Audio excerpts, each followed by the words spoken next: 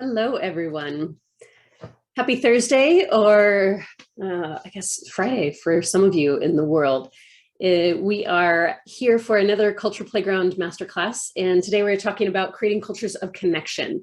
And this is a topic that is really interesting as we kind of navigate the different cultures and the different things that are coming up in the world right now. And having conversations over the last several days with educators from around the world on what's happening within the state of education it's a lot. And I'm welcoming Sheba on right now. So to join us, Sheba's not going to be able to be on video. She's multitasking at school. But as always, Sheba, welcome. Happy to have you here. And your voice is so valuable. I appreciate you joining on these conversations. So welcome, Sheba. Oh, thank you so much. I'm excited to be here today. I love it. Love it. And so because Sheba is navigating being in the classroom at the same time as we do these, there may be a moment where she needs to kind of jump off. And hi, Rosie. Hi, everyone. Welcome from wherever you are in the world. Happy to have you from Moreno Valley, Rosie, joining us. And the rest of you who are here, feel free to chime into the chat, either if you're joining us on Zoom or if you are on Facebook watching this in the Conscious Educator Playground Facebook group, you can chime into the chat there as well. So I want to, so today's topic is around how to create cultures of connection. That's our intention for today. Excuse me. And I'm feeling like we might veer a little off topic, which I'm totally good with. Those of you that know me and you've been around for a while and you know how I facilitate, it's not about me, it's about what is needed in the world. It's not about my agenda or what we had planned, it's about where we're going to take this. And what's been coming up in the last 24 hours, I've talked to several educators, but and this has kind of been percolating in my conversations, is what is connection, and what is that we're craving, right? There's so much in the world that we talk to about connection, and we talk about it in so many different ways, and yet we're all kind of wandering around a little stuck with what that looks like when we're also equally living in fear. And we've talked about the levels of consciousness, we've talked about how we evolve through them. There's so much depth that we can go into on that. We've got our Culture 101 micro school coming up next month that we're going to be really diving into how we do that as individuals.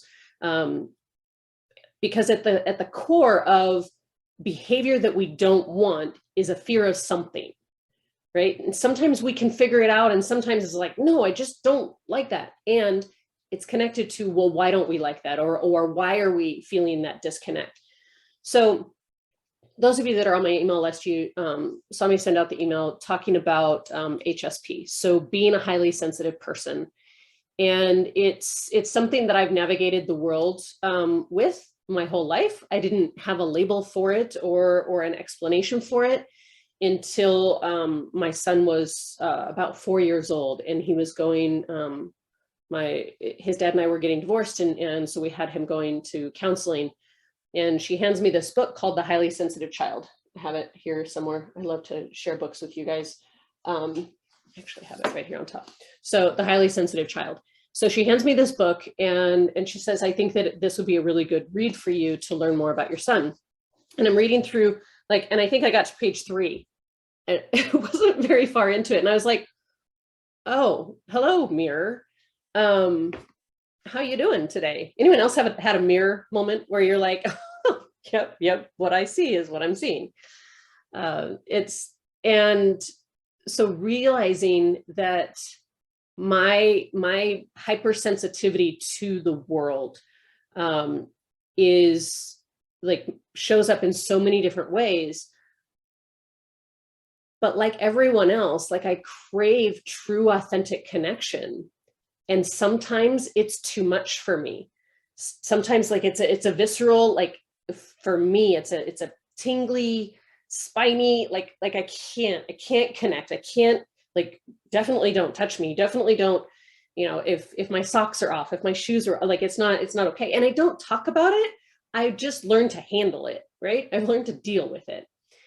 And so we can't talk about connection and not talk about what prevents some of us from feeling connected or from being connected, because there's both ends of the spectrum. When we crave lots of connection and hold me and help me feel safe, and then there's times where like I can't have any connection and I need to just connect here, right?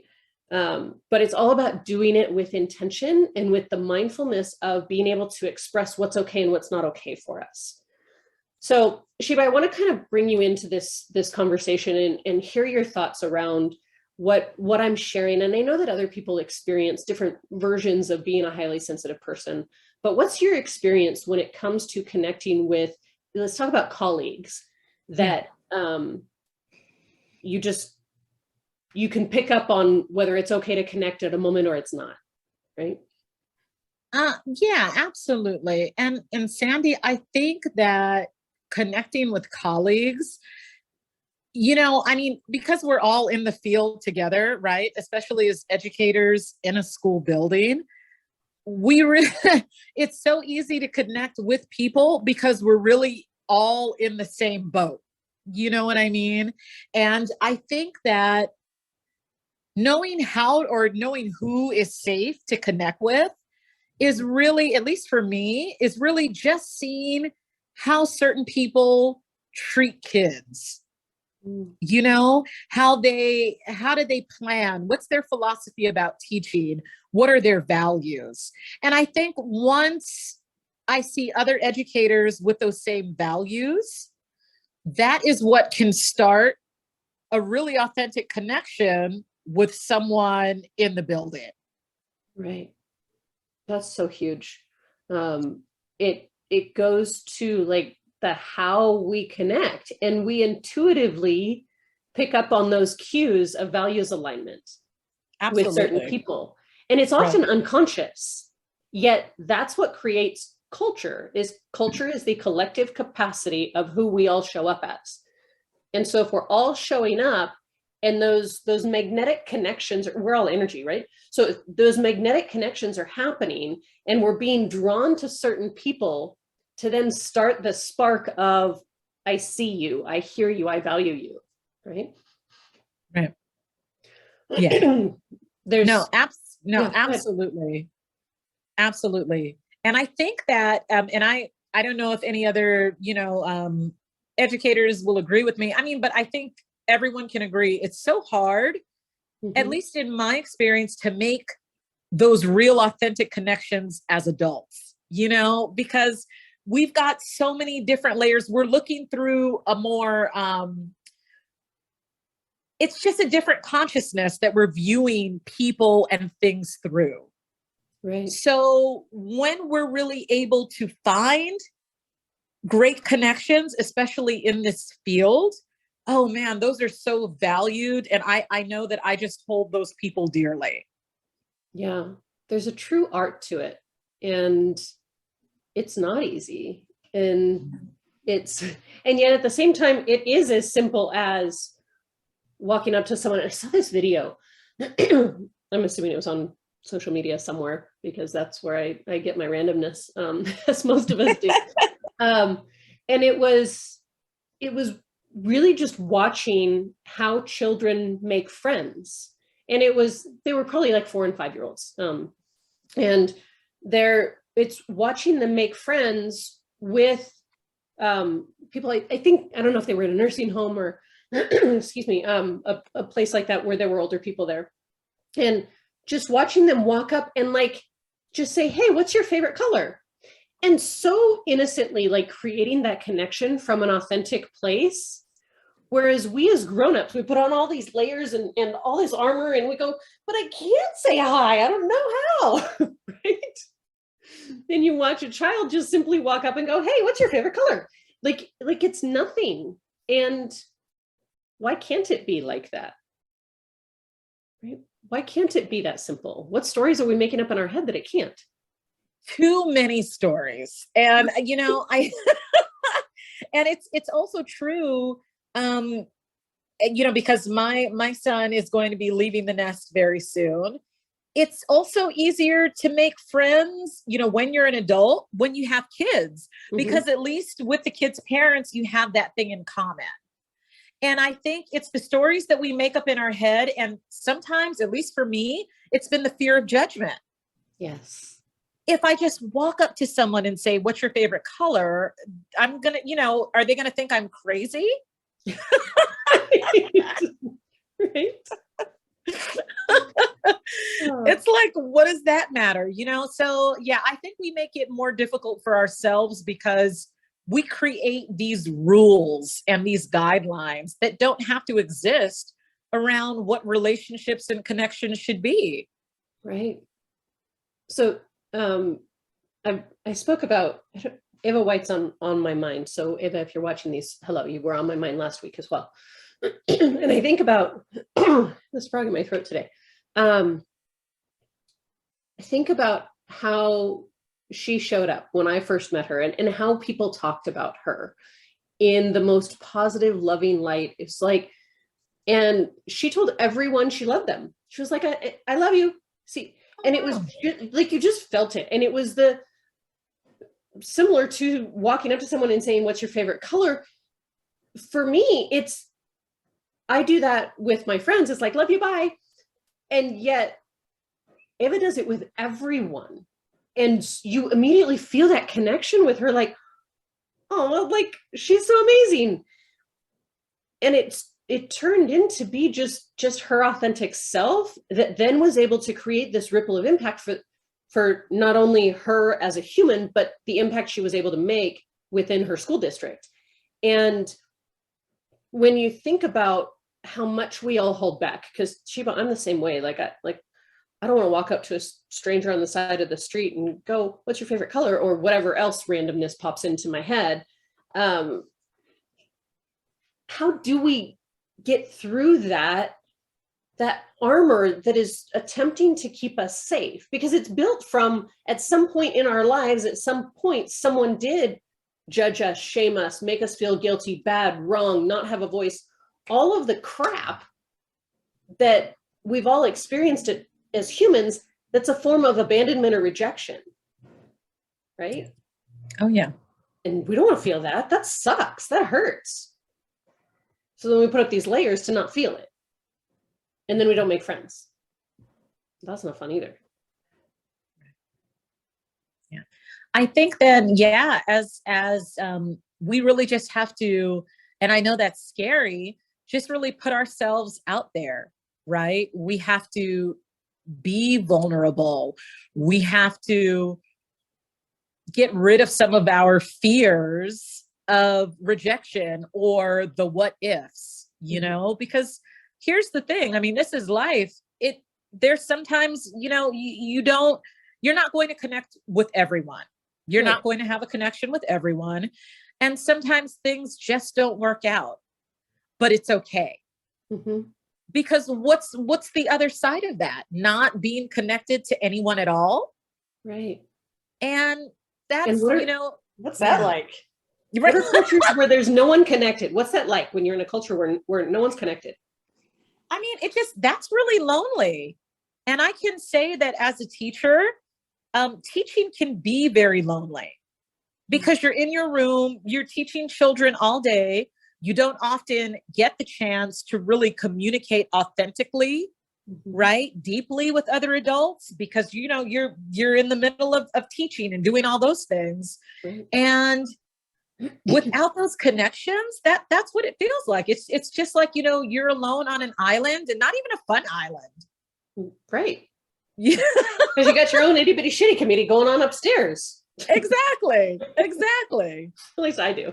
I don't know if I live on mine. I don't know. Exactly. Well, I mean, and I just think that, there's that saying, two heads are better than one. Mm-hmm. And for me, I know that I'm not always going to be 100%.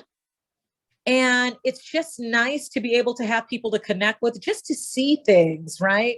Just to hear their perspectives, to see things from new eyes, to, hear people's stories, just to be grateful. so many people are going through so many things now. I mean, I know that they're not talking about COVID or the pandemic as much, but people are still really struggling from all of this. Yeah. And just to hear these different stories and these perspectives, and just to gain a different kind of appreciation just for life and for love. I mean, if nothing else, that's what connection has really done for me, especially this school year. Yeah.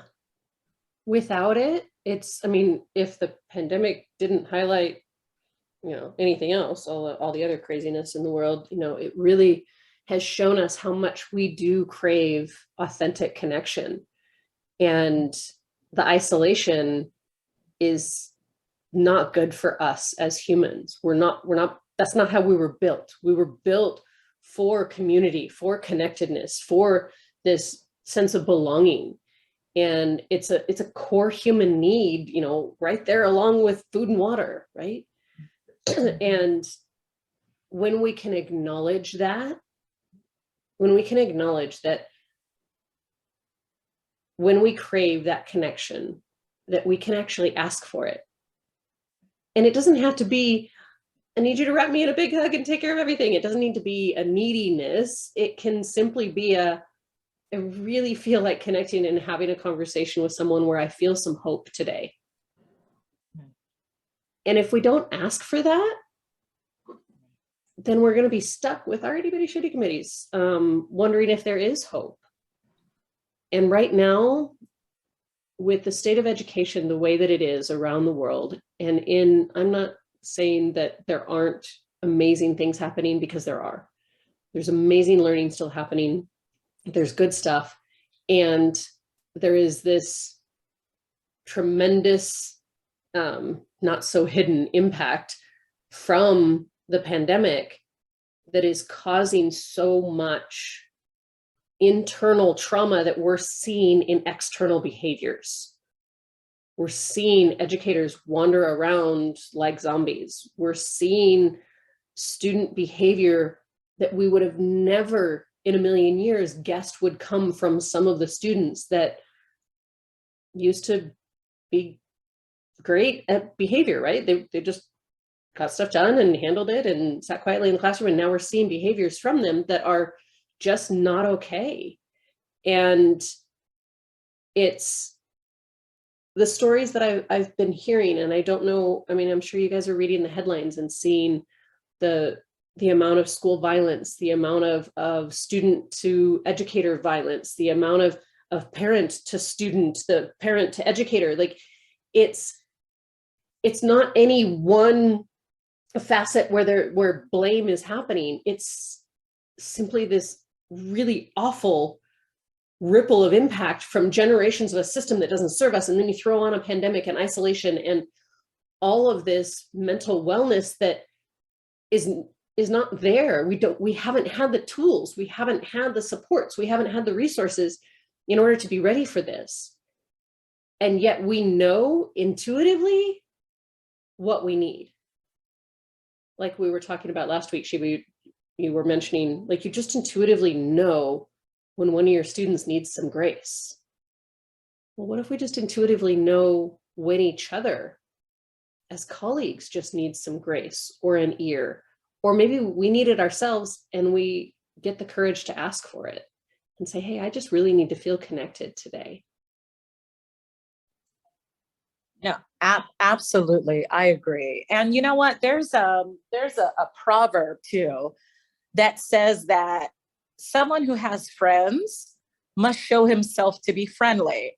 So I think sometimes too, when we are craving connection, if we're not brave yet enough to say, these are the things that I need, well, then why not just start putting out some of the joy and some of the light that we want? Right. And that could just be as simple as, when you're walking by someone's classroom and saying, hey, I saw that thing you were doing with your kids, and I thought that was really great. Maybe one day you can tell me about it because it's something that I could use as well. Mm-hmm. Or just complimenting, hey, that sweater, oh my gosh, what a great sweater. Just small things. Mm-hmm.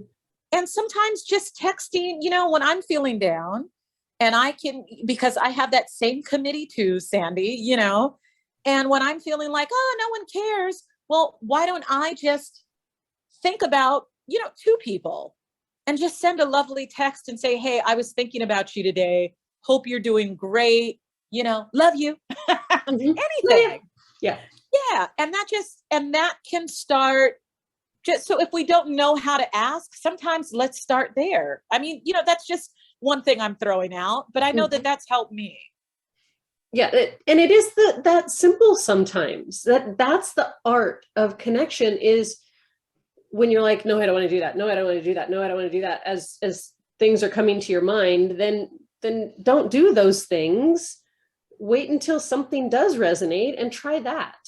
Or ask yourself why you don't want to do certain things. Why don't I want to say hi to that teacher that I really want to learn from? Why don't I want to, make a new friend? Why don't I want to go out to the happy hour that was planned? Is it just because I'm tired, or because I don't want that type of connection? Well, what type of connection do you want? And who could you connect with in order to make that happen?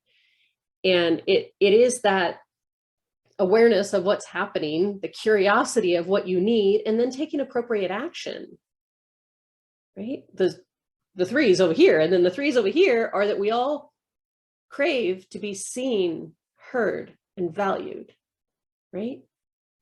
And when we can speak up for that, and we can also give that to others, we'll start to see that ripple come back to us, right? The ripple is not just what goes out, it also comes back.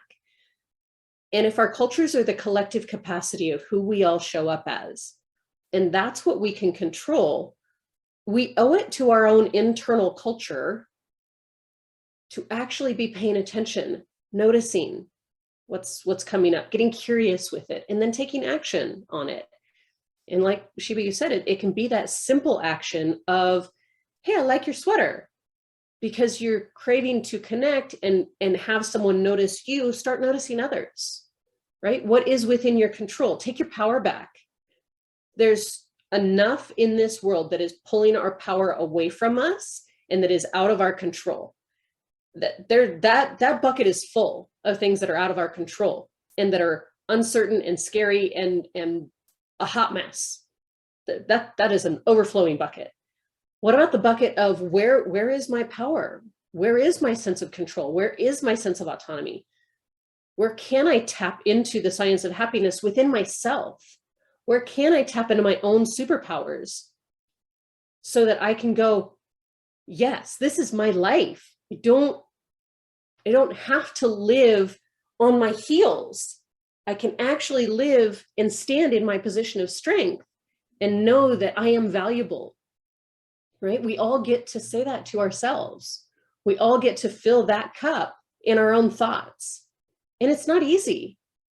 It's taken me almost 20 years of practice to have that be more the norm. And then the itty bitty shitty committee, they're still there. They're always going to be there. It's fine. It's part of life, right? Because they still try to keep me safe from things. And there's not really a tiger that they're keeping me safe from. So I have to evaluate, what are they trying to keep me safe from? And how can I articulate what I need in order to overcome that and navigate through that?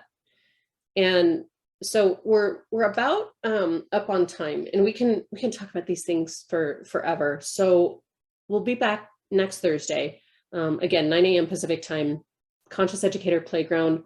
We're starting a movement. This is what we're doing. This is why we're doing this. This is my big, like, can't not do this work. Why? Just like for many of you, it's that you can't not inspire and influence and teach students to be their unique, amazing selves. Like that's in your fire. My fire is to do that for educators all around the world. And in creating the playground for the Conscious Educator movement, it truly is about being that lifeline and creating that community where we all are seen and heard and valued and celebrated for the unique, amazing humans that we are, because that's how we're going to revolutionize education. It's not about waiting for someone else to do it. It's about enough of us as educators standing up and going, enough. We get to create the culture that we desire. We get to create the lives that we desire, whether that's within the current system of public education or whether it's outside. either way, you can still live the impact and make the income that you desire in this world. And we've got tools and strategies and roadmaps to show you how, because it's not okay anymore for another day to go by where educators are diminished, where students are just kind of walking zombies, educators are walking zombies through the hallways. Like, we get to do better, and we get to do better together. So my hope is that you guys will continue to join us, bring your BFFs along the way. Again, we'll continue to have these masterclasses every week for free. That's not going away. We've got the recordings all on our YouTube channel. You can click on the link on our website even to see them. Make sure you register so that we can keep you informed of the topics that are coming up. We'll be bringing on more special guests. So if you would like to be a special guest, definitely send me a message, and we'll get you queued in. And we do have the Culture 101 micro school coming up. You'll be getting 30 professional development credits for it. It's an intensive 3 weeks, not from the standpoint of homework per se, but from we're really going to help you take your power back and have you own the unique, amazing human that you are. And we're going to do it together. We're going to do it in community, and we're going to continue to make this ripple of impact that not only we deserve, but all of the students that we live to serve deserve. And I am, as always, grateful for you, Sheba, and your voice and the perspective that you bring. And I appreciate you navigating both, being live at school and then joining us live. It's been a crazy one, yes. Oh my goodness. Your ability to hold both is beautiful and brilliant. And thank you for being here. Thank you, Sandy. Thanks everybody for being here. I wish you a connected rest of your day, rest of your week, wherever you are, and reach out if you have any questions. If anyone would like a one-on-one chat with myself or someone from our team about more details of Culture 101 Micro School, definitely drop us a message in the comments or in the links on Facebook, or send us an email. We are happy to chat with you one-on-one and help you live the life you desire. Thanks everybody. Have a great day.